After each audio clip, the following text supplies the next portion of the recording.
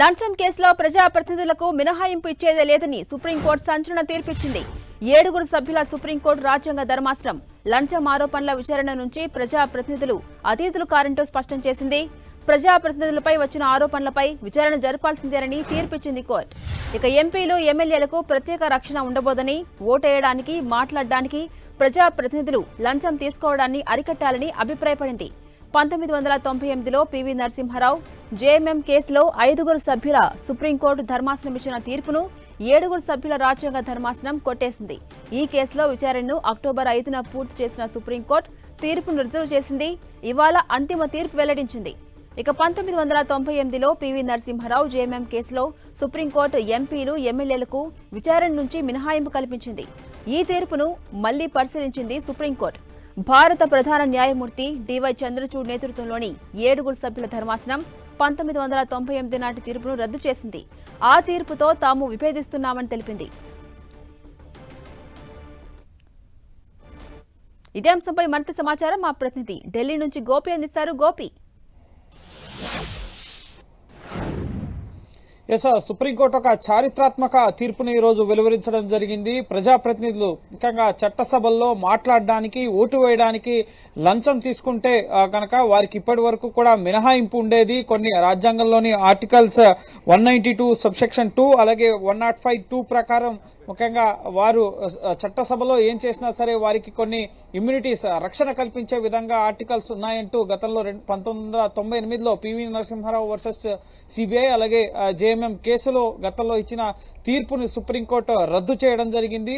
చట్టసభలో అవినీతికి పాల్పడినా అది అవినీతి కిందకే వస్తుంది. లంచం తీసుకుంటే అది నేరపూరిత చర్య అవుతుంది. ఖచ్చితంగా దానికి విచారణ ఎదుర్కోవాల్సిందే. ఎమ్మెల్యేలు, ఎంపీలు అయినంత మాత్రాన, వారు చట్టసభ సభ్యులైనంత మాత్రాన లంచం అనేది నేరం కాకుండా పోదు. ఖచ్చితంగా దానికి విచారణ ఎదుర్కోవాల్సి ఉంటుంది అని చెప్పి సుప్రీంకోర్టు ఒక చారిత్రాత్మక తీర్పు ఇవ్వడం జరిగింది. లంచం తీసుకుంటే ఎవరైనా సరే ముఖ్యంగా శిక్షార్హులే అవుతారు, కానీ వారికి చట్టసభ్యులైనంత మాత్రాన వారికి ఎటువంటి మినహాయింపు ఉండదు అనేది ఈ తీర్పు సారాంశం. సో ఏకగ్రీవ తీర్పిస్తున్నట్లుగా సుప్రీంకోర్టు ప్రధాన న్యాయమూర్తి జస్టిస్ డివై చంద్రచూడ్ స్పష్టం చేశారు. కేంద్ర ప్రభుత్వం కూడా ఇటు పార్లమెంట్ లో ఇటు ముఖ్యంగా ఎంపీలకి ఎటువంటి మినహాయింపు లేదు. ఎవరైనా సరే అవినీతికి పాల్పడితే దానికి ముఖ్యంగా పార్లమెంట్ అతీతం కాదు అని చెప్పి కేంద్ర ప్రభుత్వం కూడా తన వైఖరిని గతేడాది అక్టోబర్ 5న ముఖ్యంగా ఈ తీర్పును రిజర్వ్ చేశారు. అంతకుముందు 2 రోజుల పాటు ఈ కేసు విచారణ జరిగింది.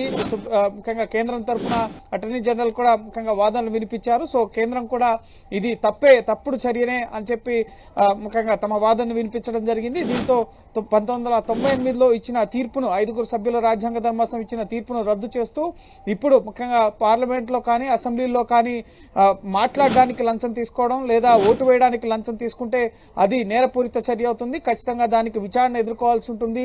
రాజ్యాంగంలో ఉన్న ఆర్టికల్స్ ఏవి కూడా ఎంపీలు, ఎమ్మెల్యేలు, ప్రజాప్రతినిధులైనంత మాత్రాన వారికి రక్షణ కల్పించబోవు అన్నది సుప్రీంకోర్టు స్పష్టం చేయడం జరిగింది. ఈ సందర్భంగా సుప్రీంకోర్టు కొన్ని కీలక వ్యాఖ్యలను కూడా చేయడం జరిగింది. ముఖ్యంగా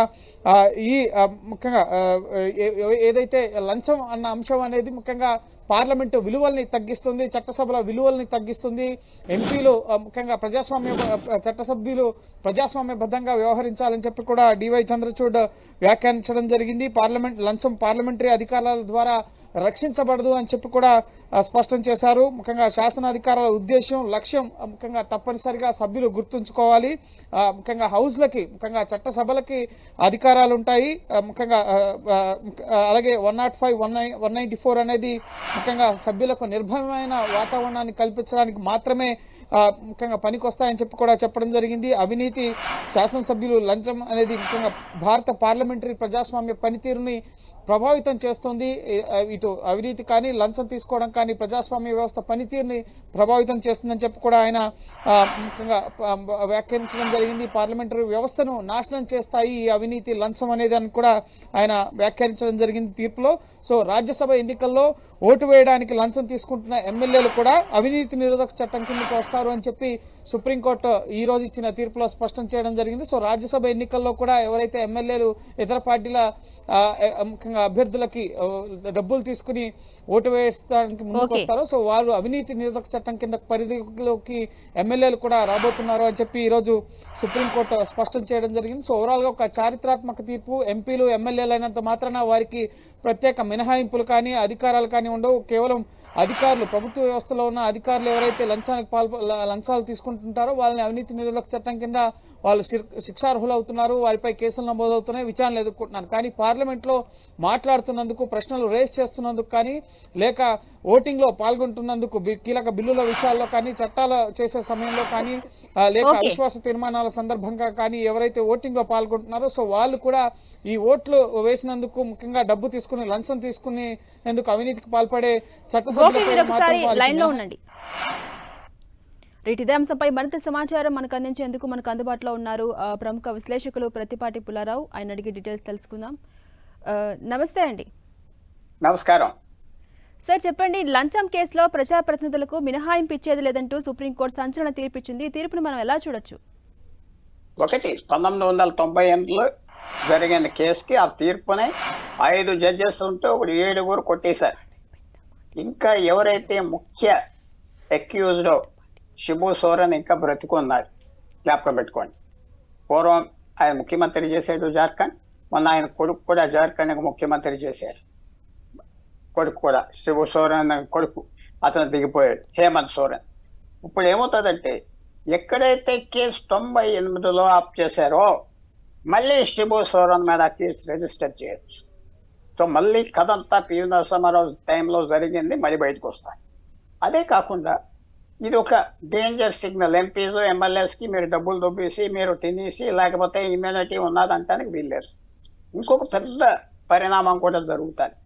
ఒక 2-3 నెలల క్రితం ఒక బెంగాల్ నుంచి ఒక ఎంపీ మహువా మొయిత్రా అని పేరు వినున్నారు కదా, ఆమెను తీశారు పార్లమెంట్ నుంచి. ప్రశ్నలకి డబ్బులు తీసుకున్నట్టుగా ఏదో ఇన్ఫ్లుయెన్స్, కాన్ఫ్లిక్ట్ ఆఫ్ ఇంట్రెస్ట్. ఆమె కూడా ఈ కేసు కింద వస్తారు. ఆమెకు ఇప్పటి వరకు దాని మీద కేసు వేయటానికి లేదు. దీంతో పాటు కేసు వేయచ్చు. గవర్నమెంట్ వేస్తారా వేరా అది వేరే విషయం.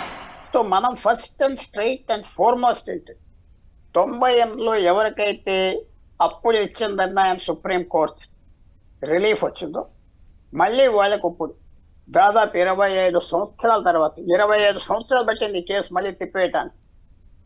వాళ్ళ మీద మళ్ళీ కేసు వేయచ్చు, తప్పకుండా వేస్తారు కూడా. ఎవరైతే కోర్టుకి వెళ్ళారో దీని మీద వాళ్ళని అరెస్ట్ చేయమంటారు. అదే ఇప్పుడు ఉన్న వాళ్ళు కొంతమంది మా మీద ఏం చేయలేరు, పార్లమెంట్లో ఇష్టం వచ్చినట్టు మాట్లాడవచ్చు, దానికి మినహాయింపు ఉన్నది, ఇమ్యూనిటీ ఉన్నది, కానీ లంచాలు తీసుకోవటానికి లేదన్నారు కాబట్టి సో చాలా కేసులు ఏదైతే మర్చిపోరో ఆయన బయటకు వస్తాయి. కొంచెం జాగ్రత్తగా ఉంటారు. దీనివల్ల లంచగొండితనం, కరప్షను తగ్గిపోతుందా అంటే తగ్గదు. ఎందుకంటే ఇంకో విధానంగా తెలివితేటలుగా జరుగుతూ ఉంటాయి ఈ లంచాలు, ఈ కరప్షన్. దానికి కూడా సుప్రీంకోర్టు ఏ రకంగా ఎంక్వైరీ చేయాలి అంటే దొరికితేనా పడతాం, దొరకకపోతే సో అంతవరకు సుప్రీంకోర్టు పూర్తిగా వెళ్ళలేదని నేను భావిస్తున్నా. దొరికినా మీకు ఇమ్యూనిటీ లేదు, మినహాయింపు లేదు అన్నారు, కానీ దానివల్ల పరిణామాలు ఉన్నాయి. ఇప్పుడు నేను చెప్పిన పరిణామాలు అన్నీ వస్తాయి. ఎవరికైతే 98 నుంచి ఇప్పటి వరకు మినహాయింపు ఇచ్చారో, లంచాలు తీసుకున్నందుకు వాళ్ళందరూ ఇప్పుడు వాళ్ళ మీద కేసులు వేస్తూ చాలా సీరియస్ యాక్షన్ తీసుకోవాలి. కరప్షన్ అంటే జైలుకి పంపాలి. చాలా మంది ముఖ్యమంత్రులు కూడా జైలుకి వెళ్ళారు, మనం చూసాం. చొట్టాల అని, మధు కూడా అని అలాగా. సో ఇదంతా మళ్ళీ పెద్ద విషయంగా, ఇది ఒక పెద్ద జడ్జిమెంట్గా మనం భావిస్తాం. కానీ లంచగొండితనం ఆప్ చేస్తారా అంటే మాత్రం ఆప్ చేయదు. ఎందుకంటే తీసుకున్నాక ఎలా పట్టాలి, ఆ ఆస్తులు ఎవరు పడతారు? లోక్పాల్ అని మనం అపాయింట్ చేశారు, జడ్జ్ కన్వేల్కర్ అని సుప్రీంకోర్టు జడ్జిని మీరు మనం చూసి ఉంటారు కదా, 5-6 లోక్పాల్కి ఫస్ట్ టైం ఈ 3-5 సంవత్సరాలు అపాయింట్ చేశారు. అది ఏమన్నా వెళ్తారా? కరప్షన్ కంట్రోల్ చేస్తా? అది మనం చూడాలి. దీనివల్ల ఏదో శుభ్రత వచ్చేస్తుంది పబ్లిక్ లైఫ్లో, దీనివల్ల అంతా క్లీన్ అయిపోతారంటే అదేం లేదు. దొరికిన ఒక క్లారిఫికేషన్ ఇచ్చారు, దొరికితే ప్రొసీడ్ అవ్వాలి, దొరకకపోతే ఏమీ లేదు. అంటే పుల్లారావు గారు, ఈ తీర్పుతో ప్రధానంగా తీర్పు ఇవ్వడానికి కారణాలు ఏమై ఉంటాయి? అంటే ఈ తీర్పుతో అవినీతి రాజకీయం నేతలను కట్టడి చేసే అవకాశం ఎంతవరకు ఉంటుంది? అదే ఈ తీర్పు కొంచెం క్లారిఫికేషన్ ఇచ్చింది. పార్లమెంట్ ఎంపీలకి, ఎమ్మెల్యేలకి లంచాలు తీసుకుంటే మీ మీద case, anti corruption cases register చేయొచ్చు అంతవరకు ఇచ్చింది. కానీ ఎంతవరకు టైం ఏంటి? ఇప్పుడు 25 సంవత్సరాలు అయింది 98కి. ఈవేళ 25 సంవత్సరాల్లో సుప్రీంకోర్టు దగ్గరికి చాలా మంది వెళ్ళి చెప్పారు, ఇప్పుడు ఉన్న సుప్రీంకోర్టు ఇదో కరెక్ట్ సమయం, ఏదో చేద్దామని కొద్దిగా ఇచ్చారు. కానీ నేను మళ్ళీ చెప్పేది ఏంటంటే ఇది కంప్లీట్గా కంట్రోల్ చేయలేరు, ఎందుకంటే పరిస్థితులు అలా ఉన్నాయి. కానీ దొరికిన వాళ్ళను మాత్రం వాళ్ళు పట్టుకోవచ్చు, వాళ్ళ మీద కేసు వేయాలి. అది కూడా ఈ సుప్రీంకోర్టు ఈ కేసులన్నీ టైం బార్ ఉండాలి, టైం లిమిట్. ఒక 2 సంవత్సరాలు 3 సంవత్సరాలు ఫాస్ట్ ట్రాక్ కోర్ట్స్తో చేసేయాలి. లేకపోతే 10 సంవత్సరాలు 20 సంవత్సరాలు అవుతే రాజకీయ నాయకుల మీద ఎవిడెన్స్ ఇచ్చేవాళ్ళు ఎవరు ఉండరు. కాబట్టి సో మనం చూసేది ఏంటంటే ఇప్పుడు తప్పకుండా ఇది కొంచెం రిలీఫ్ వస్తుంది, కానీ పూర్తి రిలీఫ్ మాత్రం కాదు. అంటే గతంలో మనకు ఎమ్మెల్యేలకు కానీ ఎంపీలకు కానీ ఎటువంటి సడలింపులు ఉండేవి, అలాగే ఇప్పుడు ఈ తీర్పుతో రాజకీయ ప్రముఖుల నుంచి ఎటువంటి అభిప్రాయం వ్యక్తమయ్యే అవకాశం ఉంటుంది? కొద్దిగా యాక్షన్ తీసుకోవటానికి కొద్దిగా ఉన్నది. ప్రస్తుతం చెప్పాను కదా, ఆ శిబు సోరెన్ అనే వ్యక్తి ఇప్పుడు 90 ఏళ్ళ వయసు ఉంటుంది, ఆయన పట్టుకోవడానికి మాత్రం ఇది ఉపయోగపడుతుంది. ఆయన తర్వాత ఇలాంటి కేసులు ఏమన్నా దృష్టికి వచ్చినాయా, అవి కోర్టులు ఎంటర్టైన్ చేయలేదా, పోలీసు రిజిస్టర్ చేయలేదా, వాళ్ళ సంఖ్య మన దగ్గర ముందర లేదు. కాబట్టి అవి కూడా దీనివల్ల ఇంపాక్ట్ వస్తుంది. ఫ్యూచర్కి ఏదో గైడ్ లైన్, కానీ పట్టాలి కదా, పట్టుకోవాలి కదా, పట్టుకోకపోతే ఏం లేదు కదా, అదే ముఖ్యం. తర్వాత టైం లిమిట్లో ఈ కేసులన్నీ అవ్వాలని చెప్తే బాగున్నాను కదా, అదే చెప్పలేదు. ఫాస్ట్ ట్రాక్ కోర్టు పెట్టాలన్నలే, అది పెట్టలేదు. సో నేను చెప్పేది ఏంటంటే మంచిది, కానీ పెద్ద ఉపయోగం పెద్ద మార్పు రాజకీయాల్లో వస్తుందంటే అదేం కనపడలేదు. Right, thank you Pentapati Pullarao గారు.